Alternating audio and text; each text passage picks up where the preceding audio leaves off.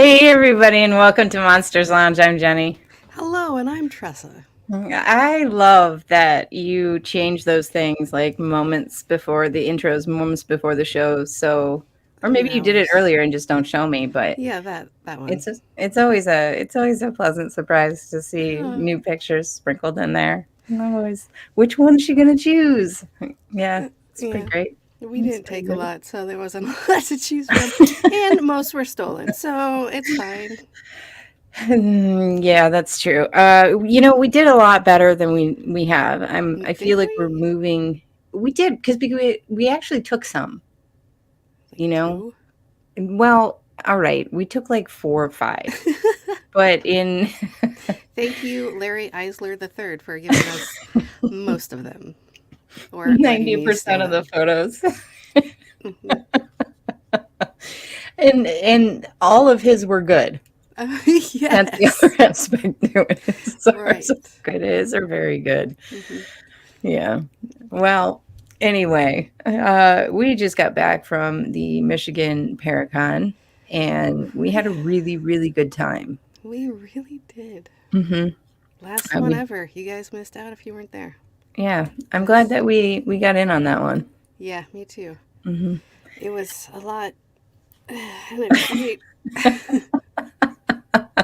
That is the longest I've ever spent in a casino in my entire life. If you added up all Same, of the time that I have ever been in a casino, but that only was by that like was a it. few minutes, though, right? Yeah. Yeah. I go to Vegas on a regular basis. That's how I Right. afford my luxurious lifestyle. Oh, I didn't realize. Oh yeah. That's Oh, uh that's why we took the helicopter up to oh, is that Michigan. why? Yeah, that's why. That was so great and not loud in my ears. It was Yeah, fun. I know. It was nice. It definitely didn't take 7.5, 8 hours of driving No, either. that would be ridiculous. Who would do that? I don't know. But Crazy people. listen, Yeah. while we were there, we did get the chance to talk to Aaron Sagers, who we've talked to before. In Ohio, but this time we actually recorded an interview with them. Yeah, you don't want to hear the other So stuff. It's boring. it's very boring. It's Hmm. it's it's all kinds of stuff about us. We mostly talked at him, I think, in Ohio, and this time we actually. Uh-huh.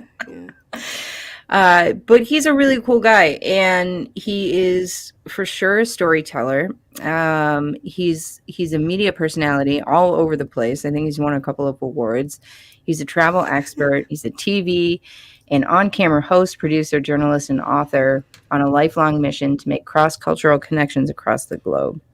He's best known for his expertise as a paranormal journalist, paranormal pop culture historian, and nerd culture expert. I've heard he's also a mixologist. Yes. I've heard that. That may have come up. Yeah, and maybe a little bit. Yeah. But we have so we have the interview and we broke it up into clips and we're going to play one and then discuss a little bit.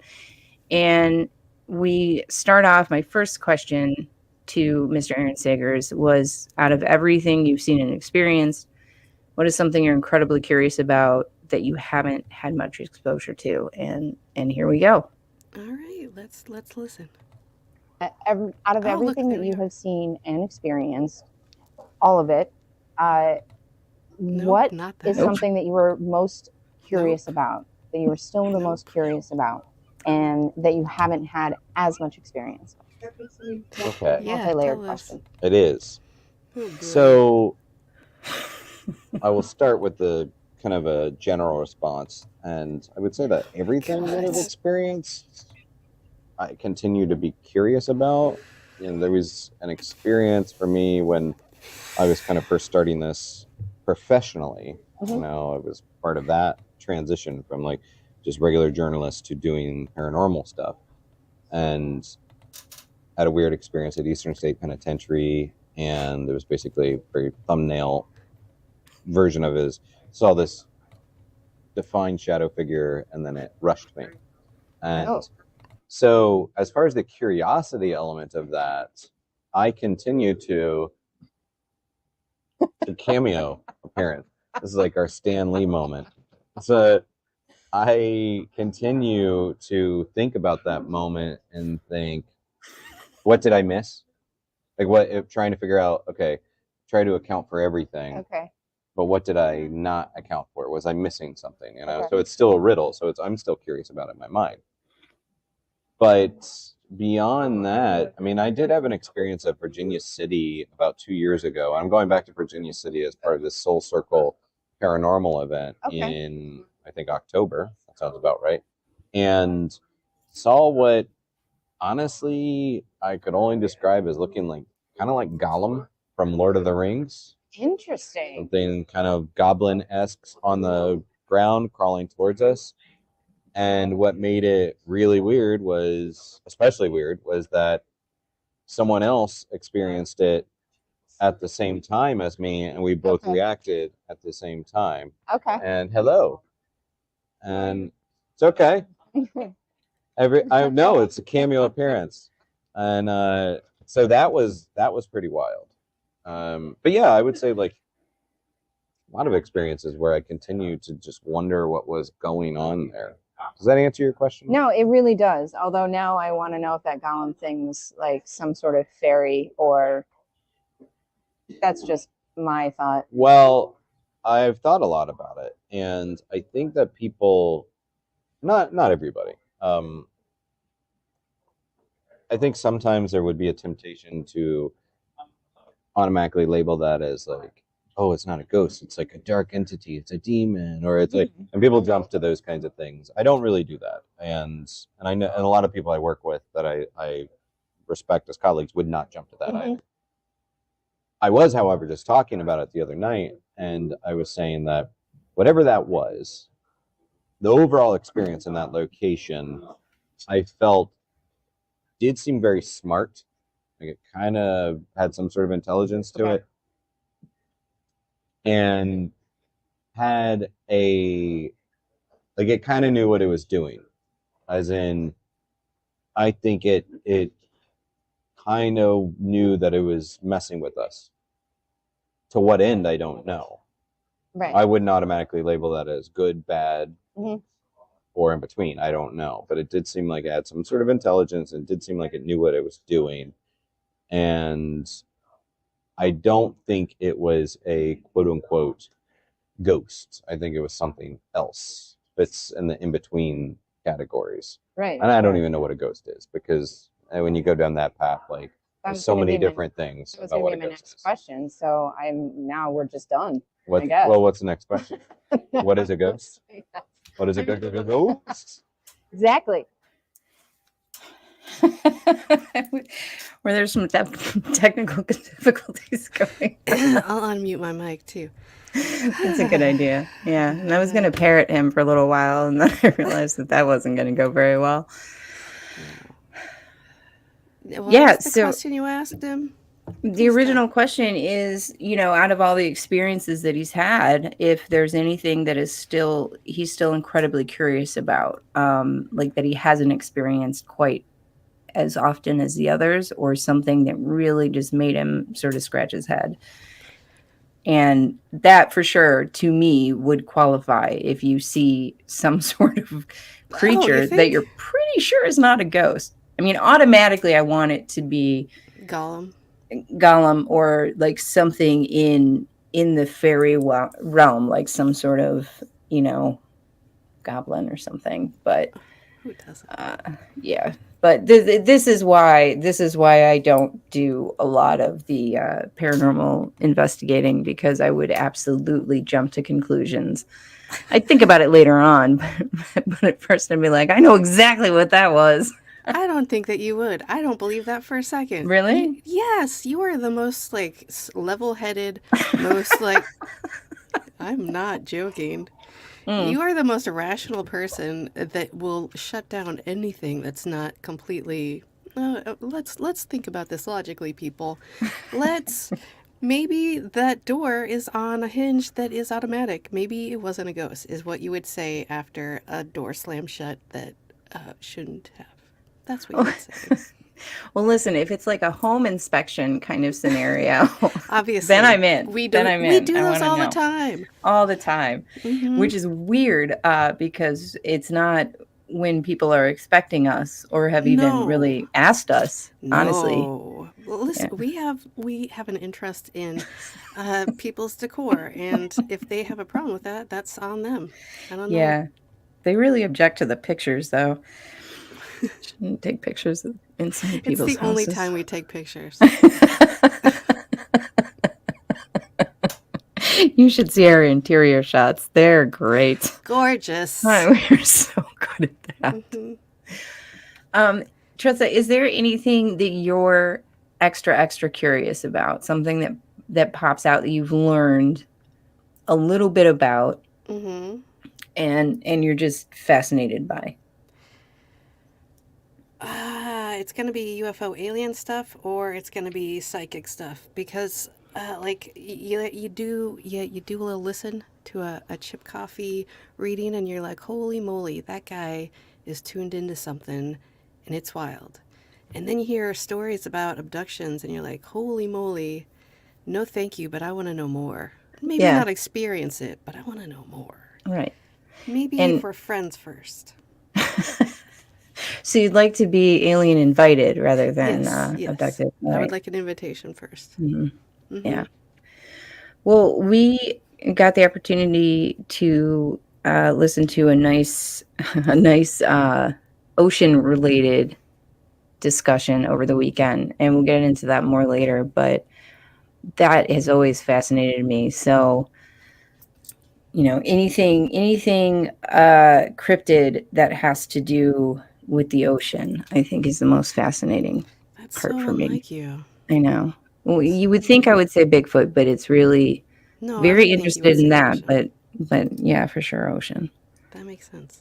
Yeah, Do you So- like the ocean? I'm not. I do. I Oh! don't think I've mentioned this before, I don't know that you have. but I'm quite fascinated, actually. Yeah, That's great. That's Yeah. I love that for you. I might kind of want to be a mermaid a little bit. Oh, that's Yeah. like the weird one that was like a monkey on the top and a fish at the bottom, or like Obviously. a manatee. Or No, like, obviously I'm going for monkey fish. that's your new name. Monkey fish. Hello, everybody. I'm Tressa Slater. This is Monkeyfish, and we are Monsters Lounge. Oh, don't anybody call me monkey fish, please. Thank you. Please do, Jeni. What was the second question that you asked? Because we got that cut off. Yeah, we kind of segued in from that question to talking about this, how unusual it is to really face up against something, and how scary it can be to face up against something that has creative intelligence behind it. Some sort of example of critical thinking, or um, anything that is thinking one step ahead of you, any sort of entity that is like that. And he sort of explains it here. Let's listen. Solving some sort of critical thinking, right? Oh, I think you have to. Yeah. And In that specific instance. sure. And it was creepy as hell. There was a lot in that location that was just creepy as hell and startling Mhm. and unnerving. And yet I look back at that experience and think of it with such excitement. Yeah. Because of how weird and cool it was, and how off the charts kind of like weirdness it felt like, and that it was a shared experience of multiple people experiencing the same thing or similar things simultaneously. Right. And I love all of that. So yeah, it was creepy, but man, I'm also just like, ooh, I want to get back there and do it again. Well, sure. Yeah. Yeah, I could absolutely see that. Oh, our faces are even bigger now than they were behind the table. There's our tiny table. We're huge. My name. Listen, Jeni, we Yeah. don't do a lot of investigating. We're more of like the talky guys that listen. That made sense. Sure. Yeah. Have you had an experience that has totally freaked you out anywhere?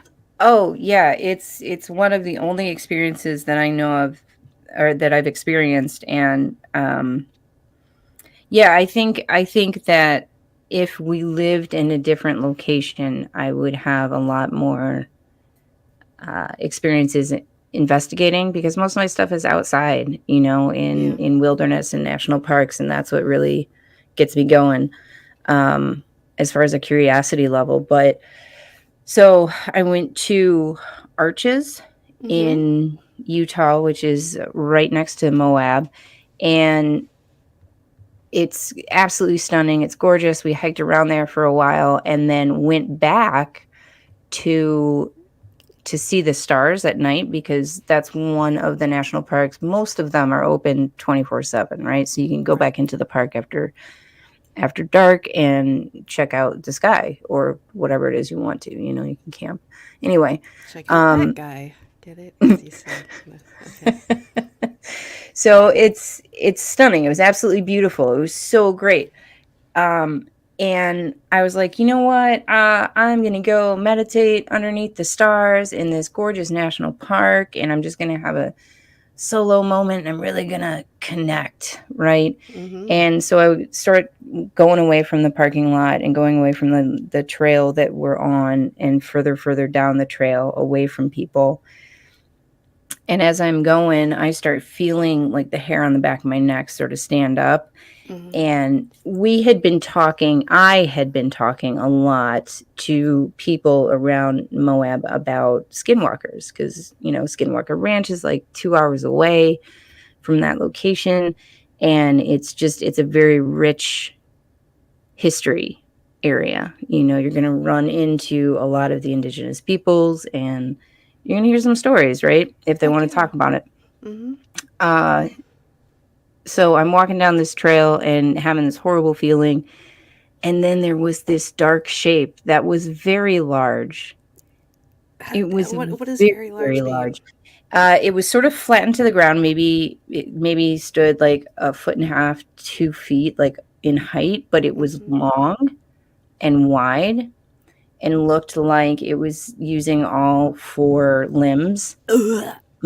Just sort of skittering is the best I can come up with, and like maybe 5 feet long, and it was darker than the rest of the area.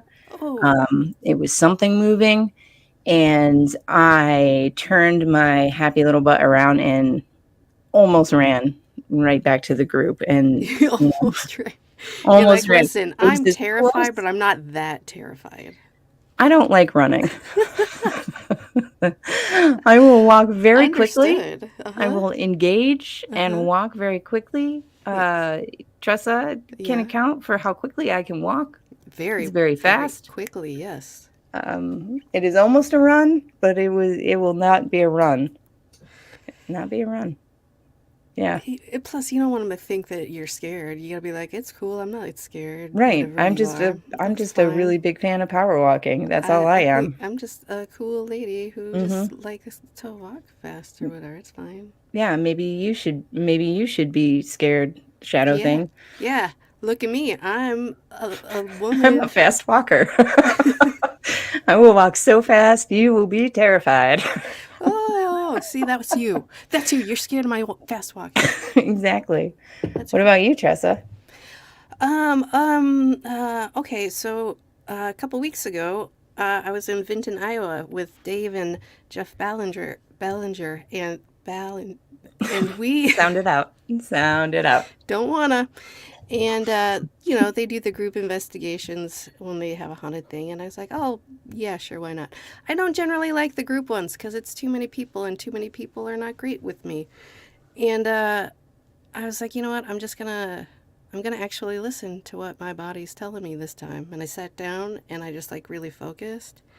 And my throat started closing up and my chest started to hurt. And I thought maybe that's something everyone was experiencing, but no. So I had to leave and get out of there immediately.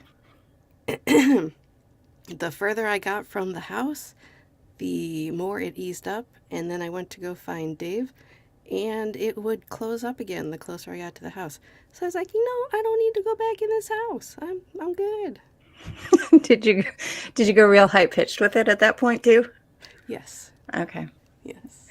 I don't like that you had this experience when I wasn't around. I don't know what I would have done Maybe Yeah. I would have walked at him real fast, but Yeah, you probably Mhm. would have if you're really good at that, I hear. yeah, really, really walked away very quickly.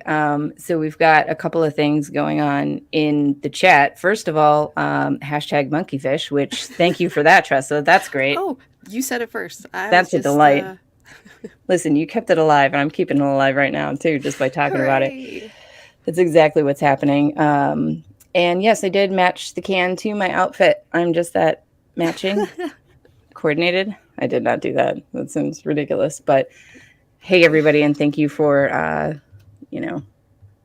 chatting. Yeah, thank you for that. I can't read it because then it'll be a lot of silence on our end. I mean, at least when I'm supposed to talk. But Oh, you I know was what reading else? it instead of listening to you. Oh, What's that's that? fine. What's you know that? what else is probably a else? really great place to have a creepy, fun experience? Hey, boys and ghouls, Neil here from Graveside Paranormal Ghost Tours. Join us on October 26th in Watseka, Illinois for the seance at the Roth House, known for the story The Watseka Wonder, the first documented possession in America, or was it a spiritual miracle? In the end, you decide. We're going to be having ghost tours throughout the house every hour on the hour, from 1 p.m. to about 2 o'clock in the morning. We are going to have vendors. We're going to have speakers. Mr. Dave Schrader himself of the Paranormal 60 podcast, as well as the Holzer Files, will be your MC for the day. Miss Diet Renee will also be out there doing the seance at 7:30 at night. And guess what, girls and boys? We are also going to be filming a documentary, so each and every one of you can be part of this unique experience. So go to gravesideparanormal.com to further details about our event, or on Facebook, and go to Eventbrite at The Seance at the Roth House. So grab your holy water, call your mama, and boom. All right. You know, all three people involved in that are a delight. I fully agree. Mm-hmm. Yes. Hello, Sage. Yes, indeed. We do remember you. We do. Quite fondly. Anyway, so this next upcoming question is, he talks all the time about his ghost experiences and everything that he goes through. And I wanted to find out a couple of things. And weird things occur to me, right? And Really? yeah, they do. And one question that I had for him was, after having like a negative experience, right? So, we all have a negative experience at work. We all have something that happens that either scares us or makes us sad, if you actually do indeed work. Was that at me? What? I don't know. What? Wow. You know what? So anyway, you have a Oh, perfect. It's just me for the rest of the time, you guys. All right. So if you have a negative, wait, I can't play the clips. I can. Go ahead, Jeni. You have a bad experience. How do you come back from that? And I'm wondering if there was anything that paranormal investigators, anybody who's dealing with the paranormal, does in order to return and feel good about it, right? So that's where we were kind of going with. Let's listen. That I had, which is, and I'm always very curious about this, because of the nature of the field that you're in, you're going to have some experiences that feel negative or a little bit creepy or scary or something along those lines. And what is that like for you in coming back to it, right? So it's not like you can like have this, well, I mean, you could have this terrifying experience or negative experience and then go running for the hills, but it's your career, it's your interest, it's your passion, so you have to come back to it. Right. How is that? What is that like for you? How do you do it? Meaning, if I've had an experience that's like especially unsettling, how do I get myself back into that space? I think part of it is the curiosity outweighs the freakiness. Okay. It's going on a roller coaster that really freaks you out or scares you, but it's also thrilling. And then you get a dopamine rush or whatever off of it, and you're like, I want more, and I want to do it again. So there's that element to it.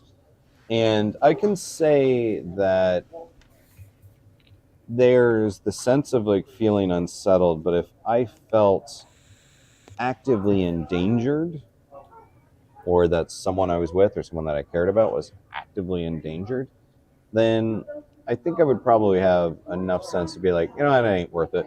Like, I don't need this. Like, so I don't know that that's really happened too much, but I think I have enough safety rails that I'm kind of aware of like what I'm willing to do. Right. All right. So yeah, and I think the older I get, the more that I've really been sitting with all of this stuff. Sort of the more I know, the less I know. The more I've experienced, the less I know. Yeah. And Getting older. Yeah. yeah. And the less of a playbook I realize anybody has. And I think when I started doing this stuff, both as a kid, doing what seemed like an investigation, which was largely trespassing, but even when I started doing it professionally,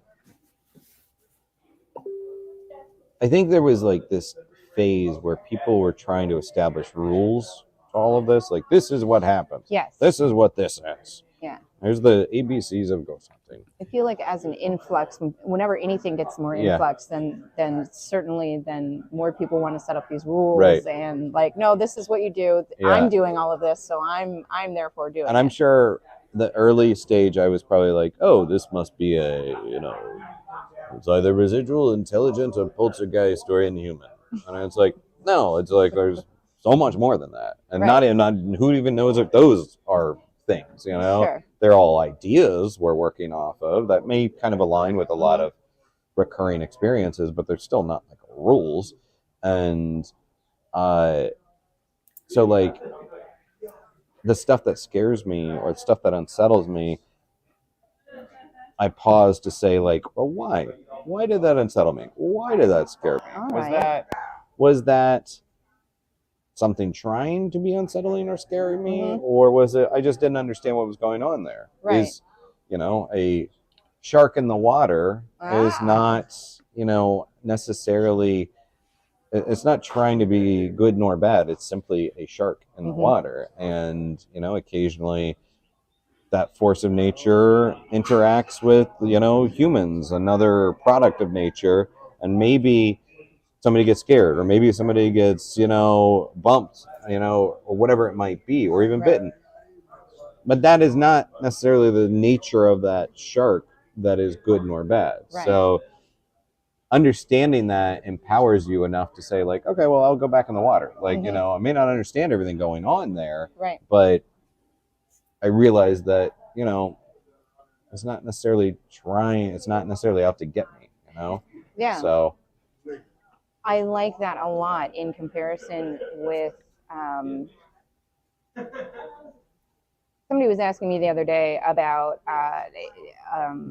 comparing a certain group that I'm involved in and something that I do with my life and what that has to do with the paranormal, and it was very similar, right? Yeah, it was like, I love very vague examples. I know. I was talking to a group of people in early recovery, right, from addiction, and they were asking what those two things have in common, right? What does the paranormal have to do with this, and do you find any similarities? And it was very similar to that answer of, these things occur, they are what they are, it's your perception and your reaction to it. Yeah, that is the key thing there. You're welcome for learning a little bit more about me in your interview. I mean, it's a give and take thing, and I do agree. It's interesting because and I don't know if this is on camera, but my dear friends are bringing alcohol to me, so I just want to call them out. Now it's on. So this interview could get real interesting. Thank you. And So I love tiki culture and cocktail culture, and I fancy myself a bit of a mixologist, and so Only if you only say it that way like from that. here on out. Yeah, it's a voice of authority. Obviously. It's like I can't just say like I think I'm a mixologist. You have to own it with the tone. Like I fancy myself a bit of a mixologist. I'm gonna get him. Don't you believe that more? Oh, absolutely. Right. I'm like, oh, this guy knows what he's talking about. Right. Like, I so I will be making some Sault Ste. Marie, Michigan Paracon inspired cocktail later, perhaps. And that's very nice. But you were saying paranormal and addictions. Yeah, it's like those things happen. It doesn't necessarily make it good nor bad. It's how we perceive that thing. Right. And I think that a lot. It's like we get startled by something, and it's like, oh, the door closed. It's like they don't want us here. It's like, well, maybe, or maybe if it was whatever that closed it, maybe it's because you were asking for interaction and then the door closed.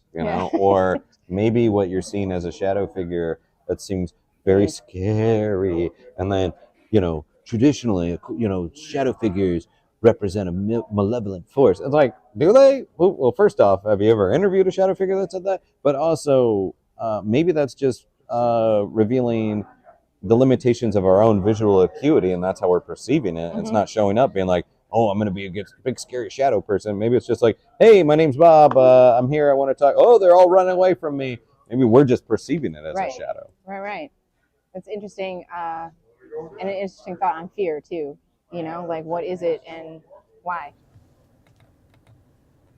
All right. So first of all, I enjoy how Aaron plays to the audience by talking about sharks. This will get her interested. Also, what a coincidence. He talked about doors too. Who had any idea?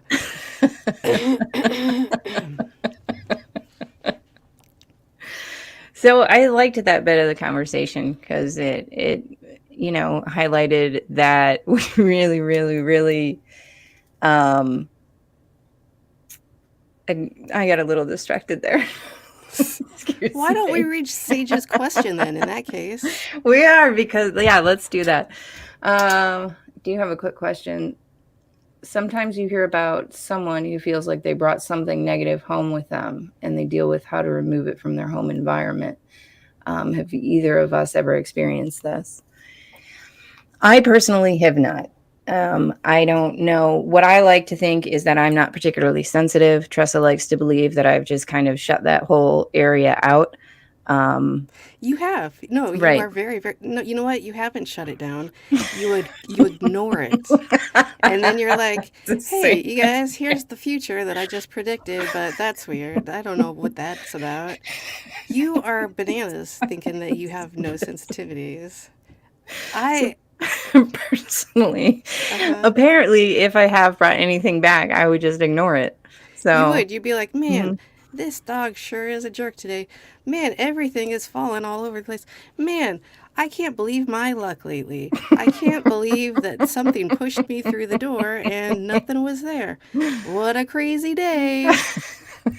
That would be crazy you. Days. Yeah, I'm also doing this a lot. All right. What about you, Tressa? I don't know. My throat's feeling pretty tight tonight, so maybe. So it's a good possibility that maybe I wasn't there when they did the prayer to cleanse everyone of the energy because I couldn't get near the house, so maybe. Okay. All right. Well, that's not good. We know that's not good. But we have talked to a number of people who have typically brought something back with them, and then reaching out to somebody from the paranormal community to get help with that is probably the best way to go, from my expert opinion. Yeah, and prayers, and just reach out to someone who knows what they're doing, because we don't. Yeah. Well, we could at least connect someone with someone who knows what they're talking about. Person. Like, what? We're bad at this. Is something that should always be said during a live podcast. Listen, I'm just a baby podcaster. I don't know what I'm doing. Ah, there it is. Oh, all right. Well, anyway, so back to sharks. What I was saying. Is there a fourth question you had there? Yeah, there was a fourth question. We started talking a little bit about fear, right? Mm-hmm. At the end, and how that sort of colors our perception of what's going on around us. I mean, it colors our perception in life. Obviously, in situations, it's gonna be a little bit different. I also asked him a little bit about um, unplugging from the paranormal. You know, if that's something that he needs to do, if that's something that is appealing to him. I mean, does he, spritz on a little Dracar Noir and sit back and read a book about sharks? Man, this episode is full of inside jokes that I love. So, yeah, and what he does if he needs to unplug. So that's kind of what we talk about here. Oh, okay. Yeah, no, just That go is ahead. the roller coaster ride. We Right, like the thrill. exactly. We like the scary movie. I'm always curious as to what lies underneath that specific fear, right? Because there's always going to be like something. Well, most of the time, there's always going to be something that you're bringing in that is why that is Sure. this thing. Do you get to unplug at all from the paranormal, because it is so much? I mean, passion, career, etc., etc. Is there ever a time that you kind of just go like, you know what, I'm gonna go paint some flowers today, or what have you? I mean, sure. It's not necessarily the focus of every conversation and every activity I do. I have to admit, I was thinking about this recently about people who have hobbies, because I don't really have a hobby. Your I hobby don't know. is now Yeah, a career and a passion. yeah. Like I don't know. Like I don't. I can go enjoy things. I do love like Sure. kayaking. I'm definitely. I love the beach. I love the water. I'm like such a. I love doing that kind of stuff, and I do love going to the movies, and I like listening. Going to live music and things like that. But I don't really have a hobby. But I am fortunate that things that I love, both pop culture and nerdy stuff to spooky nerdy stuff, has become a job and a life. And so, yeah, there's times where I don't talk about it, but I love talking about it. Right. I'm not going to roll into like a restaurant or a bar and be like, hey, everybody, Aaron Sager's here. Anybody want to tell me some ghosty stories? I'm not doing that. And by the way, I fancy myself a mixologist. I'm not doing that. But if you're hanging out somewhere and someone, like something, glass falls or whatever, and someone's like, it must be the ghost, and then the conversation begins, and they're like, well, this place is haunted, or I once saw a thing, or there's lights in the sky, because it will always come up in conversation one way or another, and Yeah. without influencing it. So when that happens, if it's like, oh, I kind of want to get into this conversation, not again by saying, let me tell you about my experience. Instead, like just the exchange of Right. stories and excitement back and forth. I love that. So I love talking about this stuff. Okay. So to some degree, maybe I don't want to unplug, Yeah. except a early morning car ride to airports, and when I'm just wanting to be sitting in total silence. Yeah, I could imagine that as well. Absolutely. I mean, that would make sense. I was thinking about it because I was thinking about how many people, even in the 2-inch wading pool that I'm involved in this world, I have found that anyone who hears about a podcast or something, or has seen a picture, or knows that I like Bigfoot, will inevitably say something, and so it becomes part of your everyday vernacular, even if you're not even in it in a career sense. Sure. Which is wild, and I'm just curious about if there was an unplug moment for you. Yeah, I mean, I would say that first off, like, how great is it that we get to a point where, being at like a Michigan Paracon where people are gathering to talk about this stuff, and there's so many people here to talk about the things. So I would say, and as a fan of things like the horror genre, or Star Wars, or other sci-fi, like comic books, it's like this is a great time because I get to talk about all these things, not just as a job, but as a fan. Right. It's amazing. So if anybody starts getting kind of down on that or poo-pooing that or whatever, it's like, well, you don't have to be part of that conversation. you can literally remove yourself. It is a choice, Yes. you know. And also, you know, realize there's been times where this has not been this healthy and active and part of the conversation. So if you start getting a little cranky about it and not wanting to be involved in that conversation, like, remember, just 20 years ago, this was less part of a mainstream, you know? Right, sure. Yeah. I find it fascinating. I think it's great. So that was a lot of fun to hear about that perspective, because I started thinking about it and I realized that most people that I know now have either text me. It's a great scent. Okay, listen to me. It smells like your first crush. It smells like prom. Listen, It it's so smells like homecoming. It does. It's a delightful scent. Okay. Agreed. All right. Agreed. Hands All right. down. No shade. So, Larry, just get yourself some of that. The ladies will be fawning. Fawning, absolutely fawning. Mm-hmm. But like I was saying, anybody who I know either has something Bigfoot or now looks for things that are Bigfoot, so it just sort of spreads out, and I think it's a delight, I agree. an absolute delight. Yeah. Tressa, do you notice that more so now when you talk about the podcast or talk about something, you know, that you've done over the weekend or experienced or whatever, like all of these people that you wouldn't think had an interest, Yeah. just sort of come out of the woodwork and start talking to you about it? No, I'm very off-putting, so people don't talk to me in general. I like people, but I have a face that says "Do not come near me," so I don't talk to a lot of people. You know, I always thought I had that kind of face too, but apparently I don't. You don't at all. People No. love your face. They talk to me a lot. A lot, which is great. I enjoy it. I get to hear all the wildest stories. Not even about anything in particular, just like, hey, this No. was my day today. You know Jeni? What's your next question that we're going to hear all about the answer to after the break? We continue to talk a little bit about the experience of getting experience. Boom. Oh, hey, Tressa. Jeni? Oh, I'm just reading my book by international TV sensation, Dave Schrader. I'm reading the book, too. I don't remember the name of it or who wrote it, but yeah. There, I like your shirt. You? I got it on monstersloungepodcast.com. You've got a great shirt, too. Oh, that's so weird. I got it at monstersloungepodcast.com, too. They have really great stuff. A full variety.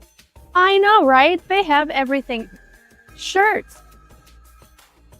Tote bags. Clutches. A phone case, I think. It's the best.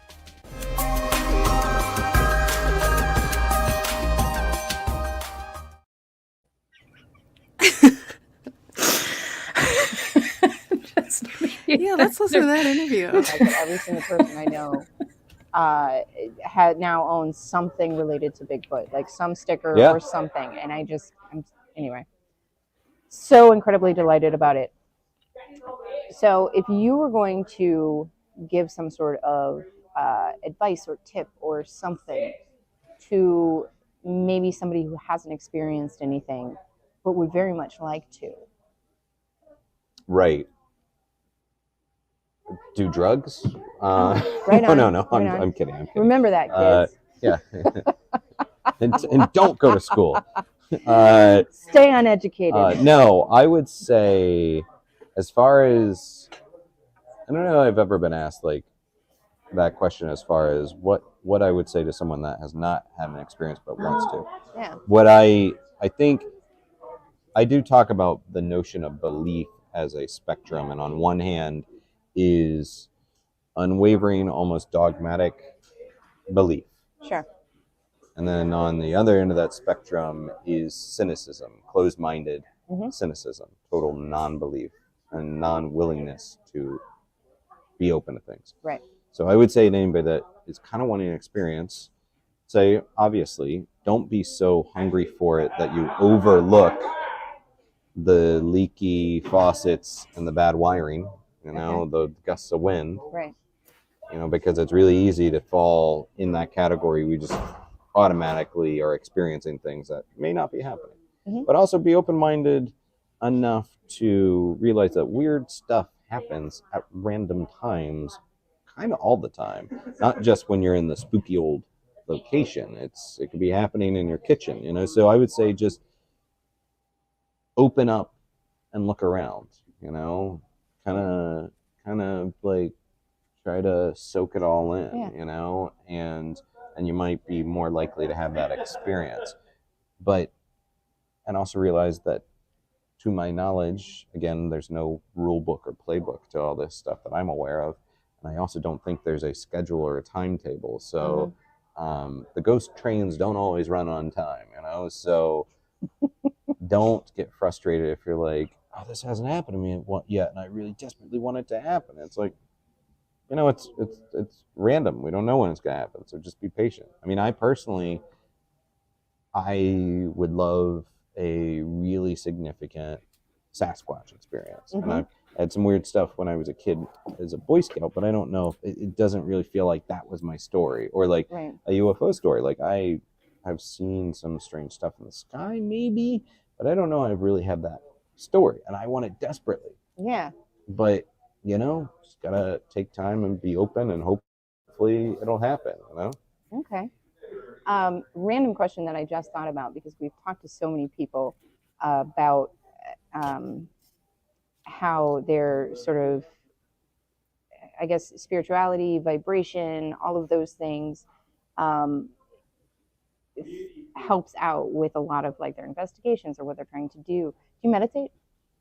I try to. I'm also someone that is, full admission, like, seems like I'm constantly busy, and also I'm a chaos muppet. There's either order muppets or chaos muppets. Yes. Okay. You're either like, a Kermit, a Scooter, or you're a Gonzo, a Fozzie, and Sure. I wish I was more of an order muppet, but I'm a chaos muppet. Okay. Got it. And I should take more time to meditate. I try to, but I also sometimes roll out of bed and I'm like, all right, I'm going to do the rap, then it's all happening. It's a good visual for you. And if you're listening to this as well, I just was flailing about uncontrollably. If this is also an audio Think Gonzo. thing. Yes. And yeah, so I try to meditate, but there was more to that question, it seemed like. I was just kind of curious about it, honestly, because it's something that comes up as a regular theme in my own life. But that's, my practice of something else. And then every single person that I talk to talks about how it's a good plan to start doing it. It gets you more plugged in and connected. So it's just... I will share that I was raised Catholic, and I consider myself culturally Catholic. I'm not necessarily observant, but there's some stuff I kind of hold on to that are baked in. Of course. But I was never really great at the whole church thing. I never really felt that click, when, my parents were like, you live under this house or under this roof, you're going to church, kind of thing. Right. But it never really clicked for me. Weirdly, doing this stuff, doing the paranormal stuff, the spooky stuff, the longer I do it, the more mystery that I embrace, the unknown, the not having the rules, the more it feeds me spiritually, if you will, than the church stuff ever did. And I don't, I have ideas, I have theories. I don't really have a whole lot of strict beliefs, but I have ideas about what's going on. And I do think there's a lot of bigger stuff happening in this life, this universe. And as unknown as it is, it provides me comfort. It's a cosmic beach filled with like gajillions of grains of sand. Yeah. And on one hand, you might think, well, I must be an insignificant grain of sand on this cosmic beach since there's so much. But the flip side of that, I'm like, but you are a grain of sand existing on this cosmic beach, surrounded by those gajillion other. You are significant because you do exist, and you do exist on this cosmic beach. And that to me is baffling, but comforting in its mind-blowingness, I suppose. That makes sense. Absolutely. And you could be the piece of sand that another piece of sand is resting on. The whole structure might be on you, and at the same time you're part of the whole structure. Yeah. We are, by the nature of us existing, we are part of a structure. Well, yeah. It doesn't mean that everyone has to be the one that's going to be the next Da Vinci. No. Or, you're part but of, you could just, you're part of a thing. Yeah. And that's, you're significant for that reason. No better and no worse. True. You're muted. You know what I'd like to say? I am muted. Yeah. People that want, thank you, Ref, want an experience. And let's just say spiritually. Let's just say ghostily. Let's say whatever. Sometimes you're having an experience and you have no idea because you're not paying attention to the right thing. So you know what? Just open up your brain. Open up your brain balls and be like, hey, what's going on around me? What's my body feel like? Why does it feel weird or different? I don't know. You could be having a great time and experiencing all this stuff, but you're so like, I have a job. I have to think about a job. Why not? You don't have to think about that all the time. It's a really good point, for sure. And it's something that, people have learned to capture and hone in the paranormal world. I do it a lot when I'm out in nature. I notice like everything that's going on. Obviously not everything, whatever. I notice a lot of things that are going on, but in the spiritual world, maybe not so much. But It's I all right liked, there. yeah, I liked the way that conversation went. I like how we ended up in that space. You did a great job, Jeni. Is that what you want me to say? I do.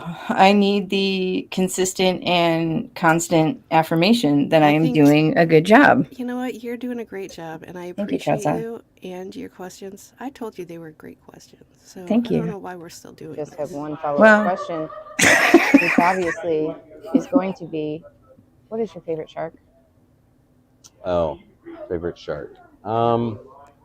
I Seems like it would be so easy to say great white. And I do love the white sharks. And we did talk about, I had some experiences with National Geographic and sharks. But that would be my automatic response. However, I will say that as a child, I loved the hell out of hammerheads.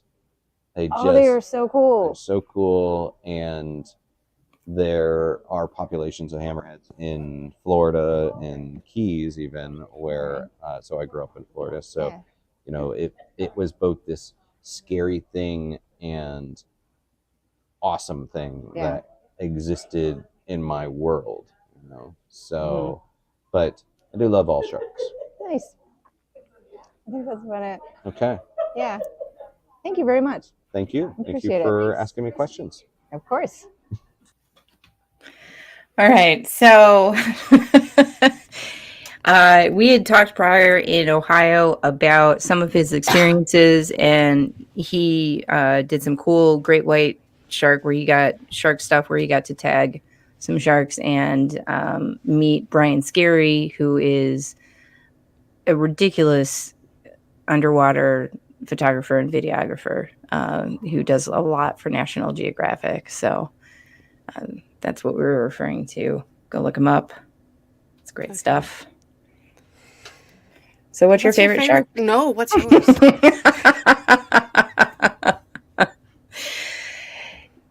I am very fond of the black tip reef shark because You made that up.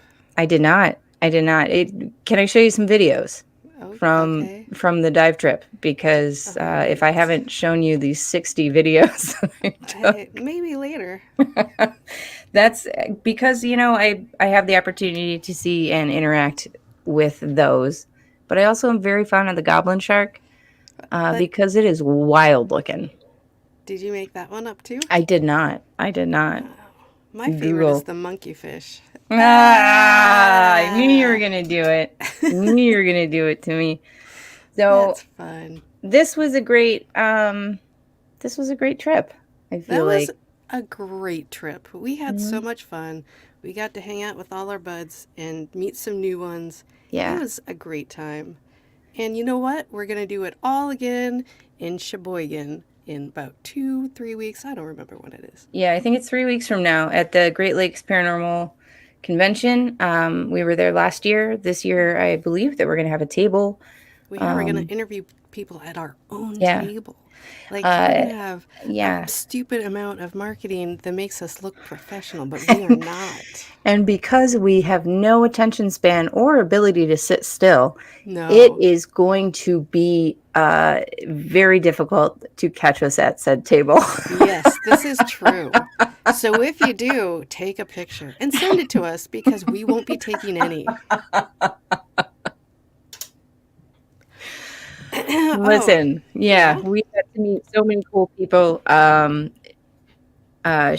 Steingast, that was one of my favorites. She is amazing. I should say doctor. Fantastic. She is a marine biologist, so obviously. Greg Lawson was really cool to finally meet in person. I'll explain it later. He wrote a book or two, a few of them. I'll explain it to you after the show. You're on another show with him, actually. What? I know, it's wild. I'll show you a picture. Maybe you'll remember. Maybe you won't. No.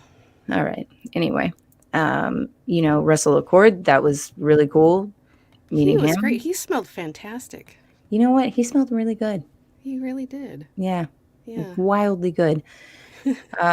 Also, he provided the opportunity because there was a wonderful auction to raise money for Chris Fleming. And please see any of our social media because there are some links that you can donate to that and figure. Plenty of links and QR codes. Easy to donate. Please do so. Very, very easy. Please definitely do so. But there was a great auction and he had a Bigfoot cast from OG Patty and old pendulous breast herself. Anyway, and the look of joy, the sheer joy on my face, just because I got to hold it while it was being auctioned off. I've never seen you happier. Except for maybe when I met Kermit. Well, yeah. Yeah. Maybe. Jeni. Also, a pleasure to see Ronnie LeBlanc and Jeff. And Ronnie is so nice. Why is he like one of the nicest humans ever? He's so nice. And also, we got to hang out with you. Listen, we got to wrap this up. Time is up. Jeni, it's so nice to have you on the show. You'll have to come back. Everybody else, don't forget to find us on Facebook, Instagram, YouTube, and the Paranormal 60 Network. Like, comment, subscribe, and check out our merch on our website.